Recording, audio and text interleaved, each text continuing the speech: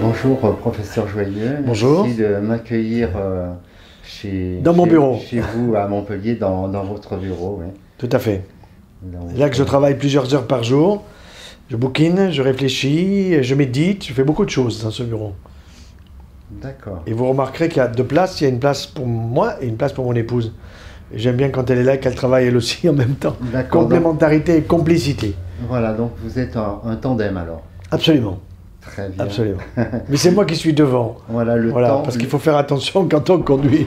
Alors, le temps d'aimer. Oui, le temps d'aimer. C'est joli. Donc, récemment, j'ai quelques questions à vous poser. Oui. Donc, récemment, à Aix-en-Provence, s'est tenu le congrès Médecine du Futur. C'était sur votre initiative. Et nous renouvelons à Agen le 14 novembre, à Montpellier le 4 et 5 décembre prochain. Nous allons faire le Tour de France comme ça. Ah, bravo. C'est le Tour de France de la médecine du futur. Voilà, alors est-ce que vous pourriez pour nos lecteurs et internautes en exposer les grands principes? C'est très simple. Nous sommes dans une société de la médecine, je suis chirurgien et cancérologue, où il y a énormément de changements, énormément de choses qui sont cherchées, qui sont trouvées. Et en même temps, on se rend compte que, alors qu'on devrait avoir de moins en moins de maladies, si nous sommes de bons médecins, et si nous sommes de bons médecins capables de prévenir les maladies, comme certains vaccins peuvent nous aider à prévenir certaines maladies, eh bien, nous ne devrions pas avoir de plus en plus de cancers. Nous ne devrions pas avoir de plus en plus de maladies auto-immunes. Or, nous avons de plus en plus de cancers. Quand je suis rentré au centre anticancéreux de Montpellier en 1970, nous étions 400 personnes à bosser, tout le personnel de santé. Ouais. Nous sommes actuellement 3 à 4 fois plus.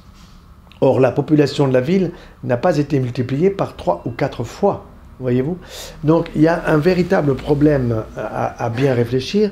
C'est pourquoi, alors que nous avons des connaissances qui augmentent dans le domaine de la santé, d'une manière générale, que ce soit les traitements ou que ce soit les causes des maladies, comment se fait-il qu'il y ait de plus en plus de maladies? Est-ce qu'on crée des maladies? Est-ce que vraiment les gens sont malades? Est-ce que c'est une maladie d'ordre psychologique, auquel cas il faut se poser des questions? Ou est-ce que ce sont des maladies organiques? Vraiment organiques, quand vous avez un cancer au côlon, au foie, à l'estomac, au cerveau ou ailleurs, c'est une maladie organique. Bon, mais à ce moment-là, pourquoi y en a-t-il autant? Et donc, si vous voulez, j'ai pris conscience au fur et à mesure de mon expérience médicale que les médecins que nous sommes, nous apprenons les maladies. On apprend le diagnostic, on apprend les traitements, on apprend les différentes formes d'expression des maladies. Mais on apprend très très peu la prévention. Très très peu. On vous dit il y a un vaccin, il n'y a pas de vaccin. On vous dit la prévention, on ne sait pas trop. Hein, faites un cancer de l'estomac, mais on ne sait pas bien. Si, on sait, mais on ne dit pas. Donc là, il y a quelque chose de très important, et c'est pour cette raison que j'ai lancé Médecine du Futur, qui allie à la fois la médecine la plus moderne. Je vais vous donner un exemple. Je vais donner une conférence à Agen le 14 novembre prochain sur comment prévenir le cancer du sein et de la prostate. Prévenir, ça veut dire ne pas l'avoir. Bon. Oui. Et je vais faire donner une conférence à un de mes collègues sur la chirurgie au robot ultra moderne, pour éviter les poches, c'est-à-dire l'anus artificiel, dans le cadre des cancers du rectum qui sont situés parfois très bas, très proche de ce qu'on appelle la marge de l'anus, et qui fait qu'il y a encore quelques années, et même dans certaines équipes, on enlève tout et on a une poche définitive. Eh bien, dans la médecine du futur, vous avez à la fois la modernité qui est vraiment nécessaire, et puis vous avez aussi, je dirais, une approche qui est plus de prévention, c'est-à-dire faire savoir au grand public qu'il peut gérer son capital de santé, et que ce capital de santé, eh bien, il faut le lui faire connaître. Il faut le lui faire connaître. Et s'il ne le connaît pas, c'est peut-être parce que nous, les médecins, nous ne leur apprenons pas, mais aussi parce que il y a dans les médias souvent des tiraillements. Vous avez beaucoup de médecins dans les médias qui sont des journalistes assez médiatiques, à la télévision, à la radio. Ouais. Et vous savez à quoi ils servent? Eh bien, moi, je vais vous le dire. Ils servent à valoriser les médicaments des laboratoires pharmaceutiques. C'est-à-dire que si vous n'êtes pas malade, ils vont vous dire, mais au fond, attention, vous avez quelque chose, il vous faut prendre un médicament. Vous n'entendez pas bien, vous avez l'œil qui coule, vous avez ceci, vous avez cela. Et au lieu de vous donner un conseil de prévention qui ne coûte rien, très proche de la nature, on va vous médicaliser. Et le rôle, et ça c'est extrêmement important, je tiens à ce que les gens le comprennent bien, quand vous avez des médecins très médiatiques sur les radios, sur les télévisions, qui sont des journalistes médicaux, ils sont invités dans tous les congrès, et leur rôle, c'est de valoriser tous ces médicaments dont un très grand nombre ne sont pas nécessaires à notre santé, bien au contraire.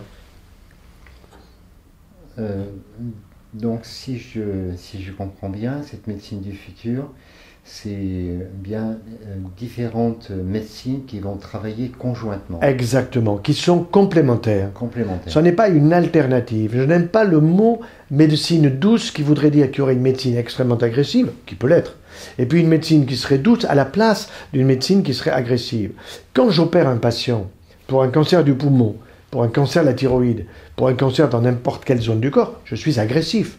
Je veux dire, j'endors le patient, il y a 10 personnes autour de lui, je prends un bistouri tandis qu'il dort, je vais ensuite avoir une stratégie thérapeutique, chirurgicale, pour enlever la tumeur. C'est une agression. Mais cette agression est destinée à guérir le patient. Mais si je peux lui éviter l'agression, en évitant le cancer, c'est quand même mieux. Bon. Mais donc, il faut à la fois allier la plus belle modernité avec tout ce que la nature nous donne comme explication pour prévenir des maladies. Et cela est inscrit en nous-mêmes, en chacun d'entre nous. Mais évidemment, le grand public ne le sait pas. Et mon rôle, c'est de lui faire savoir. Et grâce à vous, on va le lui faire savoir. D'accord, donc au niveau de médecine complémentaire, puisque je crois que il me semble c'est le terme européen oui. qui est reconnu. Qui me paraît juste. Voilà, oui, je crois que c'était un député d'ailleurs qui avait fait cette proposition. Oui, oui, il me semble que ça remonte à déjà de nombreuses années. Oui, oui, oui. Justement, il y en a quand même un certain nombre de médecines complémentaires. Certaines ont du mal à être l'ostéopathie oui, a réussi quand même à faire son chemin. Comme la naturopathie. Si vous voyez les jeunes en Suisse, je connais des jeunes en Suisse, je suis invité assez souvent là-bas, qui préfèrent faire naturopathie ou ostéopathie que d'être médecin. C'est quand même assez incroyable. Il y a un changement. Et d'où vient la naturopathie et l'ostéopathie? Elle vient de l'insuffisance de la médecine. Parce qu'un médecin aujourd'hui, figurez-vous que s'il voit un patient en consultation, il est payé 23 €. Bon, d'accord, 23 €. Si vous voulez vivre et faire vivre votre famille, ben vous avez intérêt à en voir beaucoup des patients dans la journée. Ça veut dire que vous allez faire de l'abattage. Alors, le mot est un peu excessif, mais ça veut dire que simplement, il n'est pas normal qu'un médecin qui a fait 10 ans d'études soit payé 23 € pour faire un diagnostic, pour proposer un traitement, pour faire peut-être de la prévention, alors que si vous faites venir votre plombier, il va vous prendre 50 € pour vous déboucher votre cabinet de toilette. Bon, il y a quand même... Je ne mets pas plus bas le plombier par rapport au médecin, ou plus haut, c'est pas ça. Mais il y a quand même une anomalie, ce qui veut dire que notre système de santé aujourd'hui est très fragile et nous sommes dirigés par des personnes qui ne savent pas conduire la santé dans notre pays, c'est-à-dire faire des économies intelligentes. Car les médecines complémentaires que nous allons aborder, qui passent par la nature, sont extrêmement intéressantes au niveau des économies que nous pouvons faire. Exactement, tout à fait, c'est un point extrêmement important. On pourrait sauver énormément de milliards absolument consacrés plutôt à développer le bien-être. Voilà. Bon. Ça viendra, mais je pense que c'est mûr parce qu'il y a une prise de conscience du grand public. Le grand public s'intéresse à sa santé, il ne s'intéresse pas à sa maladie. Ce qu'il veut savoir de nous, les médecins, c'est comment je peux rester en bonne santé. Y a-t-il des comportements de santé par rapport à des comportements de maladie qui conduisent à... Mais bien sûr qu'il y a des comportements de santé qui doivent être connus et qui doivent être valorisés. Ok. Donc dans un autre registre, mais toujours dans la continuité, donc il est de notoriété publique que vous avez maille à partir avec l'ordre des médecins. Avec l'ordre des médecins. Avec mes propres collègues.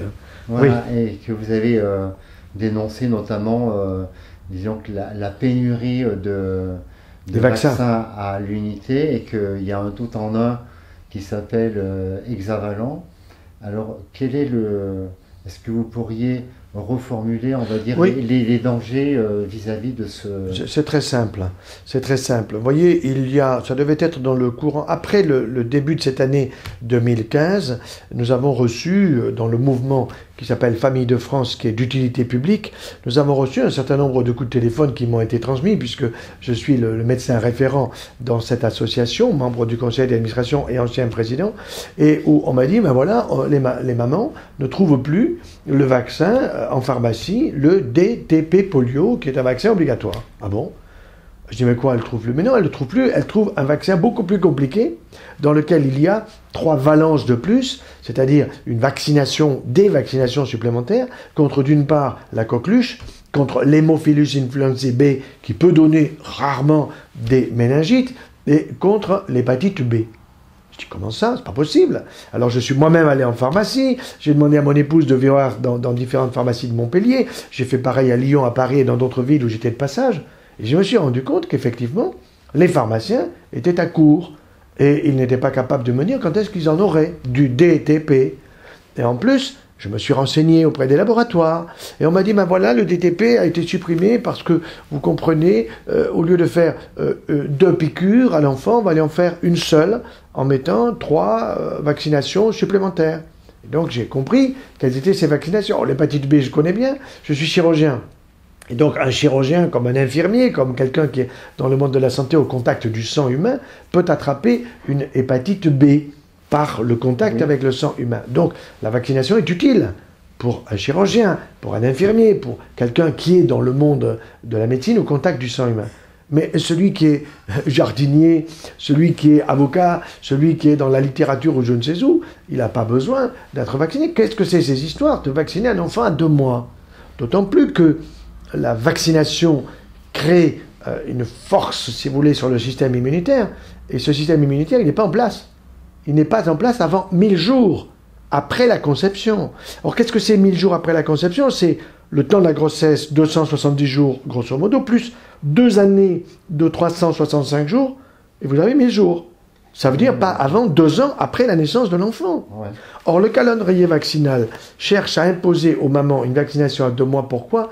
Parce qu'à 2 mois, la maman vient d'accoucher, elle est formidablement heureuse, c'est le plus beau bébé du monde qu'elle a, et on lui dit, attention madame, votre petit va être malade, il faut le vacciner d'urgence. On ne lui dit pas que l'allaitement maternel est le meilleur vaccin. On ne lui dit pas qu'il faut le laisser grandir tranquillement pour construire son système immunitaire et de quelle façon. Bon, tout ça, on ne lui dit pas. Alors, qu'est-ce qui s'est passé? Très simple. Les laboratoires pharmaceutiques sont des gros malins. Vous savez, d'ailleurs ça a été démontré, ce sont les laboratoires pharmaceutiques qui sont les meilleurs publicistes au monde. Comment sait-on cela? Simplement parce qu'on a fait la relation entre la publicité et son effet. Son effet au niveau de ce que l'on gagne en retour. Alors vous avez des publicités de voitures, des publicités de pizza ou autre chose, mais les meilleurs dans le domaine de la publicité, c'est démontré scientifiquement. Ce sont les laboratoires pharmaceutiques parce qu'ils vous mettent des allégations nutritionnelles qui vous font peur. Et donc qui vous poussent à prendre le médicament, à prendre le vaccin. Alors qu'est-ce qui s'est passé? C'est simple. Vous avez des laboratoires, surtout un français et un américain, qui ont lancé le vaccin hexavalent, mais il vaut 7 fois plus cher, quand vous regardez de près. 7 fois plus cher. Vous comprenez? Alors que l'autre vaut 7 euros, vous passez à 49, 50 euros avec... Alors on vous dit, mais la sécurité sociale vous rembourse à 65%, vous n'avez quasiment rien à payer. 35%, c'est pas zéro, 35% de 100%. Et d'autre part, évidemment, les 65%, c'est la sécurité sociale. Mais est-ce que c'est vraiment nécessaire? C'est une dépense pour la sécurité sociale inutile. Alors que le calendrier vaccinal doit être totalement revu. Donc c'est une arnaque des laboratoires pharmaceutiques et l'État a laissé faire. Pourquoi? Parce que l'État est indirectement lié, puisque le labo, qu'est-ce qu'il dit à l'État? Si vous me touchez à mon laboratoire, je mets 3000 personnes dehors. Et vous allez avoir, évidemment, des conflits, du chômage, de ceci, de cela. Le problème, il n'est pas là. Le problème est à la santé publique. Donc, cette arnaque des laboratoires, j'ai voulu la révéler par une pétition. Cette pétition, elle a dépassé 750 000 signatures. Nous allons tranquillement vers 800 000. Et vous savez que la ministre s'est réveillée dans le courant de l'été. D'abord en se trompant elle-même, incapable de savoir quels sont les vaccins obligatoires par rapport aux vaccins recommandés. Et elle est ministre de la Santé, c'est vous dire. Et en même temps, elle a décidé de lancer un grand débat public. Mais comment se fait-il qu'elle lance un grand débat public alors qu'elle a donné déjà les réponses à ce débat public? Ça veut dire la vaccination ne se discute pas. Ensuite, j'ai une lettre d'elle, pas à moi, mais écrite dans le cadre de la campagne présidentielle de 2012. Elle n'était pas encore ministre de la Santé, mais où elle dit exactement la même chose que je dis, à savoir que les adjuvants présents dans le vaccin peuvent être dangereux pour la santé de l'enfant. Question, pourquoi mettons des adjuvants dans un vaccin? Pour stimuler un système immunitaire qui n'est pas mature. C'est tout. Donc on n'a pas besoin de mettre d'adjuvant dans un vaccin dans la mesure où on vaccine cet enfant quand son système immunitaire est mature, quand vraiment c'est indiqué pour lui. Oui, oui. J'ai eu effectivement dans mon entourage 2 cas d'enfants qui ont été extrêmement perturbés, malades, bien sûr. dont une petite fille qui a fait 1 mois à l'hôpital Oui. suite à cette vaccination. Elle a été vaccinée alors qu'elle avait de la fièvre. Alors que c'est contre-indiqué. Voilà, alors que c'est contre-indiqué. Et effectivement, je constate qu'on fait peur aux parents qui sont en état quelque part de fragilité émotionnelle. Bien sûr. Ça, effectivement, je corrobore. Moi, vous voyez, encore avant-hier, j'ai eu une maman qui m'a envoyé un mail parce que son petit est vacciné, hein, et 3 mois après la vaccination, il fait ce qu'on appelle une hypoplaquettose, c'est-à-dire le nombre de plaquettes qui tombent autour de 30 000, on appelle ça un purpura idiopathique, un purpura thrombopénique idiopathique, PTI. Personne ne comprend ce que ça veut dire. Purpura, ça veut dire qu'il ne coagule pas, qu'il a des petites effusions de sang sur les membres supérieurs ou les membres inférieurs. Thrombopénique, ça veut dire qu'il n'y a pas assez de plaquettes. Et idiopathique, ça veut dire qu'on ne sait pas d'où ça vient. On ne va pas vous dire que ça vient du vaccin, vous comprenez? Mais maintenant, on le sait que ça vient du vaccin. Et là, il y a encore des scandales qui vont sortir prochainement et il ne faut pas se laisser faire. Moi, je ne suis pas là pour défendre les laboratoires, je suis là pour défendre les patients, je suis là pour défendre les familles et les enfants, mais ça ne veut pas dire que je suis contre les médicaments. L'acte de vacciner est un acte médical. C'est un acte médical. Ça ne se fait pas n'importe comment, à tout le monde, le vaccin pour tous. Eh bien, c'est niet, il n'y a pas de vaccin pour tous. Par contre, voyez-vous, les réfugiés qui arrivent de pays comme la Syrie, l'Irak, l'Afghanistan, etc., qui sont des pays où la santé publique n'est pas en place, qui peuvent avoir des germes, des virus, des bactéries ou des virus, avec par exemple la typhoïde, avec la polio, avec éventuellement la diphtérie. Il y a eu une diphtérie récemment en Espagne. Alors là, oui. Et c'est pour ça que je demande à ce que les étudiants en médecine, en pharmacie, en kiné, en ostéopathie, en naturopathie, tout ce qui est reconnu par l'État, fassent au moins 6 mois gratuitement au service des réfugiés pour vérifier leur santé et peut-être vacciner certains d'entre eux qui peuvent en avoir besoin. Donc, quand on m'a fait passer pour un antivirus, savez-vous pourquoi? C'est très facile à comprendre.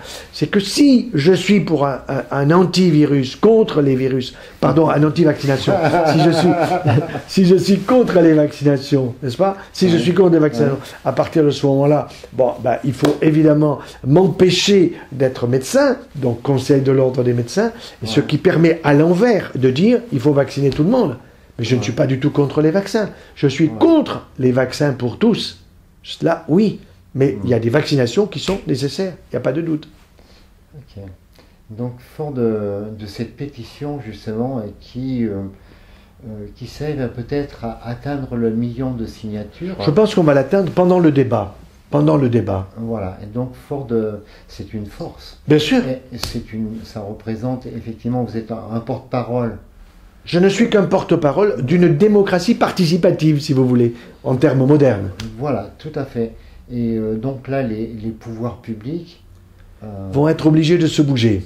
Vous savez, les élections sont proches. Ouais. Ça aussi, quand les élections sont proches, je ne sais pas si vous avez remarqué, on arrive à obtenir plus de choses, et en particulier dans le domaine de la santé. Mm-hmm. Ouais, et oui, dans une autre veine, mais c'est toujours pareil, c'est au niveau, vous avez aussi pas mal parlé de l'alimentation. Oui.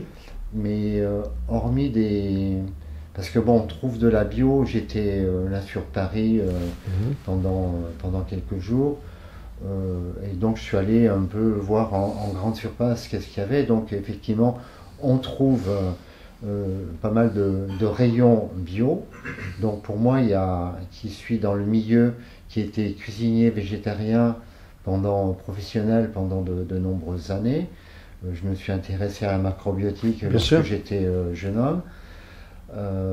Donc les vrais produits de l'agriculture biologique sont produits localement, de préférence. De proximité. De proximité. Pas de produits bio de Chine. Voilà, voilà, pas de produits bio qui arrivent de Turquie ou d'ailleurs, bien qu'on aime beaucoup ces pays-là. Mais il faut aller chercher le bio chez l'agriculteur de proximité et aller de moins en moins dans les supermarchés.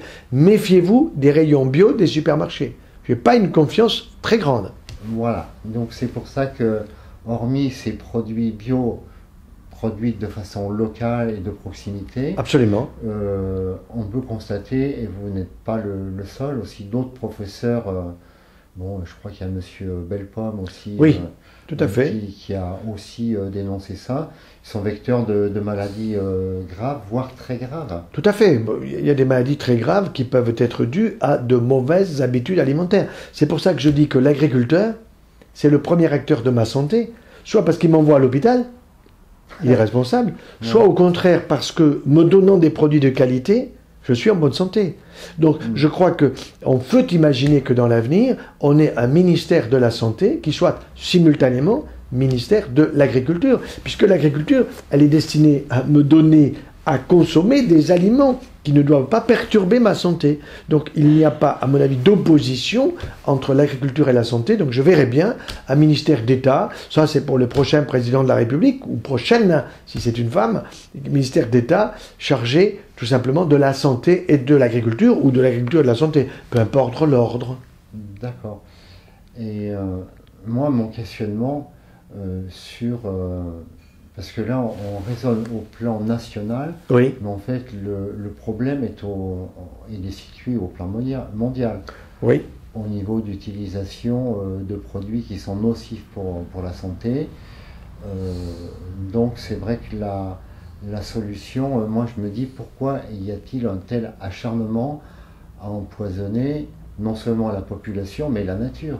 Non, mais alors d'abord, on va vous tromper en vous disant qu'on ne vous empoisonne pas, qu'il faut nourrir la planète, que sur cette planète, on va être bientôt 10 milliards, 11 milliards, 12 milliards, et qu'il n'y a pas suffisamment de place pour se nourrir. Donc, il faut les AGM, les aliments génétiquement modifiés. Donc, il faut absolument mettre des pesticides pour avoir une meilleure vendange, si vous voulez, etc. On vous trompe.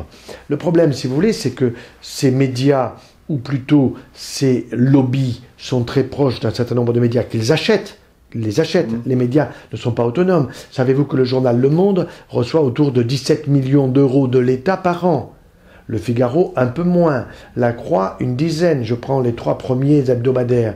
Mais cet argent vient d'où ? C'est l'argent de l'État. Cet argent de l'État vient d'où ? Il vient de nos impôts. Ça veut dire que c'est nous qui payons un certain nombre de journaux, pour qu'ils nous donnent une information qui n'est pas toujours très claire. D'autre part, les grands lobbies, quels qu'ils soient, on ne va pas les citer, mais on sait bien que les lobbies des seeds en anglais, c'est-à-dire des semences, les lobbies tout simplement de l'agriculture comme les produits laitiers, ont une puissance de feu au niveau d'argent qui est énorme, pour passer des pubs complètes dans un journal comme Le Quotidien du Médecin, dans un journal comme Santé Magazine, où j'étais membre du conseil scientifique, mais j'en suis parti parce que je peux vous dire que je ne suis pas d'accord avec ces journaux qui font passer des publicités qui ne vont pas dans le sens de la santé, elles vont dans l'autre sens. Mais les lobbies sont extrêmement puissants et avec de l'argent, on peut acheter et faire dire n'importe quoi. Mais le grand public, grâce à des journaux comme le vôtre, est beaucoup plus attentif aujourd'hui. Il y a un réveil des consciences, et je crois que votre journal va avoir un titre comme cela, d'après ce que vous m'avez dit. C'est une bonne idée. La conscience aujourd'hui n'est plus une conscience endormie, c'est une conscience qui sort de l'anesthésie générale. Très bien. Très bonne fin. Alors, oui, vous avez été président pendant longtemps de Famille de France. Pendant plus de 10 ans, 11 ans, exactement. Oui. Voilà. Et donc, si j'ai bien compris, je crois qu'une partie de toutes les conférences, de vos interventions que vous faites, oui. qui sont payantes, je crois que le fruit de ces... Absolument, je vais vous dire les choses très clairement. Je n'ai jamais fait payer mes conférences pour moi-même. Et puis depuis à peu près 3 ans, c'est le conseil d'administration de Famille de France qui m'a dit, écoute, les subventions qui viennent de l'État sont en train de fondre comme la neige au soleil, il faut que nous ayons de l'argent pour faire tourner le mouvement d'une manière différente. Est-ce que le mieux, ce ne serait pas de faire payer tes conférences? J'ai dit, écoutez, ok, mais à ce moment-là, c'est un engagement entre la Fédération nationale de Famille de France, dont je ne suis plus le président, c'est-à-dire avec le directeur, qui s'appelle M. Thierry Vidor, et la structure qui va m'inviter. Mais pour vous donner un exemple, je vais à La Baule cette semaine, de La Baule je vais à Besançon, et de Besançon je vais à Bourges. Eh bien les 3 conférences que je donne, on m'a demandé de les donner gratuitement, je les donne gratuitement, mais j'ai même accepté qu'il n'y ait pas de lien avec Famille de France. C'est une conférence sur nutrition et prévention des maladies de civilisation.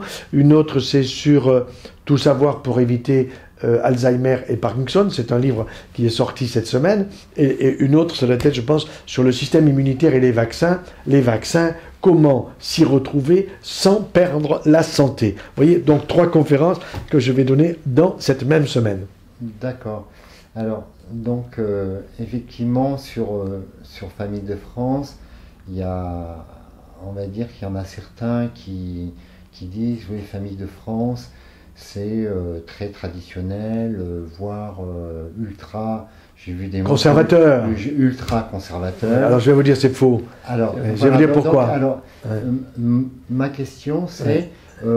quelles sont les valeurs avec lesquelles vous êtes en accointance? Tout à fait, tout à fait. C'est très simple. D'abord, il faut dire que Famille de France, c'est un mouvement qui est 4 fois libre.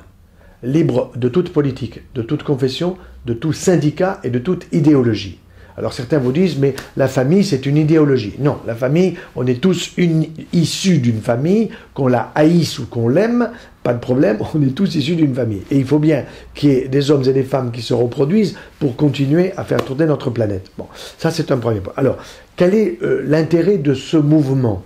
Comme les autres mouvements, il est là pour défendre ce qu'on appelle les intérêts matériels et éthiques des familles. Maintenant, ce que je crois, c'est qu'il faut que les gens travaillent leur propre pensée profonde. Quand je dis pensée profonde, je distingue, si vous voulez, chez un être humain que nous sommes, notre corps, ça c'est la machine pour taper avec les doigts, pour marcher, etc. Puis nous avons notre esprit, qui est à la fois une partie de notre intelligence et qui nous fait réfléchir. Nous avons, je distingue bien l'affectivité, le côté affectif qui est extrêmement important et qui touche très fort à la sexualité. C'est-à-dire, quand je dis sexualité, je veux dire sensualité, sensibilité. Et puis, vous avez la 4e partie qui est très, je dirais, profonde dans l'être humain, on retrouve sous la forme suivante la fine pointe de l'être. Et cette fine pointe de l'être n'est autre que ce qui anime le plus profond de nous. Anima, en latin, c'est l'âme. Alors, quand on dit l'âme des peuples, qu'est-ce que ça veut dire? L'âme des peuples, oui, alors, il y a des gens qui écrivent des bouquins entiers. Moi, je préfère réfléchir à qu'est-ce que c'est qui m'anime. Voyez? Et qu'est-ce qui anime l'autre? Et ce qui anime l'autre m'intéresse parce que dans ce qui anime l'autre, il y a peut-être quelque chose que moi je n'ai pas perçu, que je ne sais pas et qui va m'aider à agrandir encore ma propre vision. Eh bien, à Famille de France, il y a cet aspect-là, si vous voulez, de réunion effectivement de l'humanité dans la fraternité, hein, fraternité, égalité, enfin les grands sigles de la République française. Les 3 piliers. Les 3 piliers, oui, qui sont incontestablement issus en réalité des différentes spiritualités, mais qui ont été mis sous la forme de ce que j'appellerais une spiritualité laïque. Donc,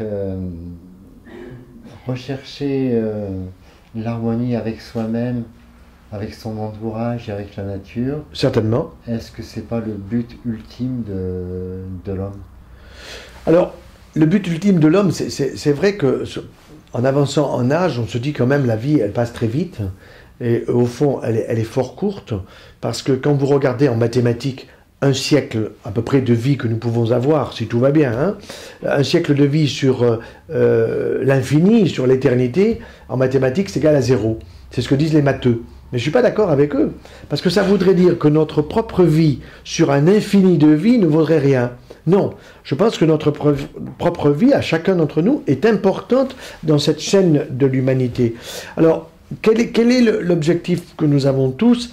Je pense que l'objectif que nous avons, c'est d'abord de pouvoir être dans le bonheur, dans la joie, pas dans l'amertume, dans la dépression, dans l'impossibilité de dormir. Qu'est-ce que nous voyons aujourd'hui comme gens qui sont dépendants des psys? Non, je crois que nous recherchons le bonheur, mais nous ne pouvons pas trouver le bonheur tout seul. Il faut commencer par s'aimer un peu soi-même, en connaissant ses défauts. Et vous savez, je passe beaucoup dans les écoles, et quand je demande à un gosse qui est au lycée, ou qui est même plus petit, je lui dis, donne-moi tes 5 qualités, toi.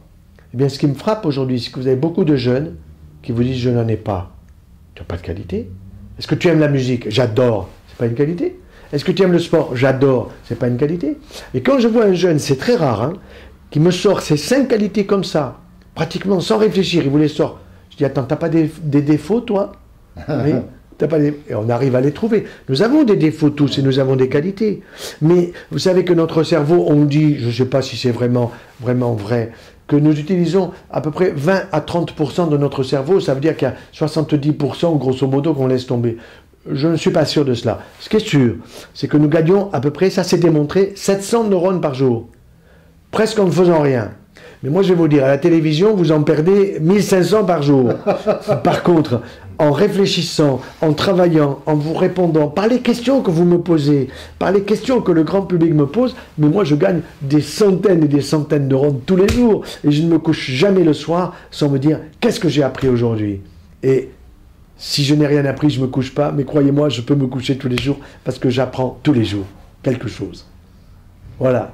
Je vous remercie. Avec grand plaisir. Avec grand plaisir.